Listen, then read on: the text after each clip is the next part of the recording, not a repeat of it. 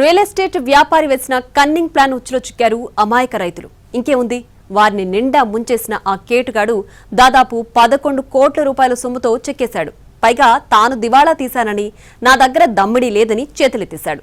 దీంతో లబోదిబోమంటున్న రైతులు ఆందోళనకు దిగారు.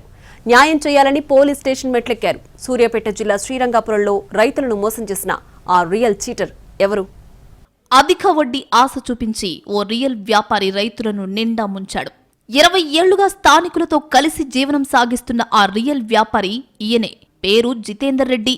జనం దగ్గర నుండి తీసుకున్న డబ్బులు తిరిగి ఇవ్వలేనని, తన వద్ద ఆస్తులు కూడా లేవని రైతులకు ఐపీ నోటీసులు పంపించాడు.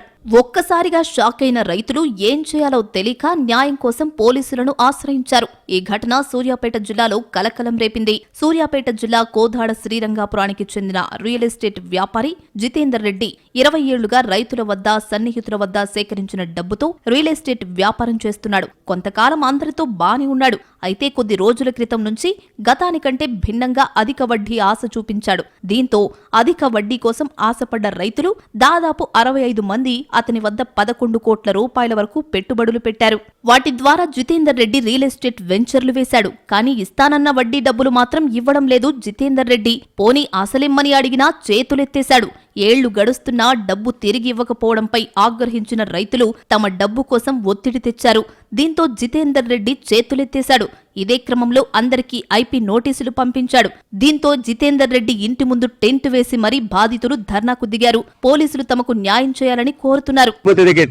కొరకు సుమారుగా 11 కోట్ల రూపాయల అప్పులు తీసుకొని కూడగట్టుకొని ఆయన ఇంట్లో దాచుకొని గాని మరి ఇతరితర ఆస్తులు కూడా నిన్న కూడా ఒక రిజిస్ట్రేషన్ ఏదో ప్లాట్ ఉంటే రిజిస్ట్రేషన్ చేయడం జరిగింది.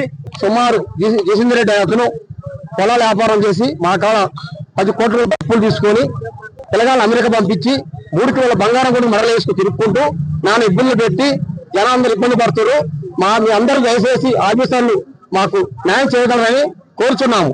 మా అమ్మాయి పెళ్లి కోసం అని చెప్పి ఒక 10 గుంటలు ల్యాండ్ ఉంటే అమ్మి ఆ డబ్బులు వడ్డీ పరంగా ఇస్తే నీకెందుకు, నువ్వు పెళ్లి పెట్టుకోగానే ఎప్పుడైనా సరే 4 రోజుల ముందు నాకు చెప్పు, నీకు ఇంటికి తీసుకొచ్చి ఇస్తానే అంటే మేము ఇచ్చినామండి. ఇప్పుడు దగ్గర ఇప్పుడు 6 నెలల కంటే పెళ్లి కుదిరింది అది అని చెప్పినా, మొన్న ఎంగేజ్మెంట్ అని అంటే మీకు ఇస్తానని చెప్పి బ్యాంకులో ఇస్తానని చెప్పి 1 పొద్దు బ్యాంకులో కూర్చోబెట్టిండండి. మళ్ళీ తెల్లారెడితే మీకు 5వ తారీఖు ఇస్తానండి, 10వ తారీఖు ఇస్తాను అని అన్నాడు.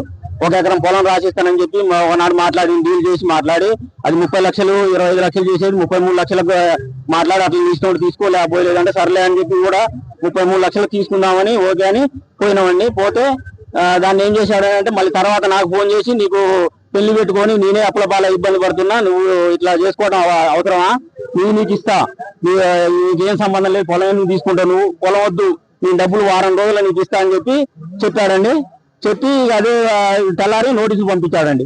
నిందితుడు తన పేరు మీద ఉన్న ఆస్తులను కుటుంబ సభ్యులకు రిజిస్ట్రేషన్ చేసి ఐపీ పెట్టేందుకు ప్రయత్నించారని బాధితులు ఆరోపించారు. చట్టాన్ని అడ్డు పెట్టుకుని రైతులను నిండా ముంచాలని అనుకుంటున్న రియల్ వ్యాపారి జితేందర్ రెడ్డిపై చర్యలు తీసుకోవాలని బాధితులు కోరుతున్నారు.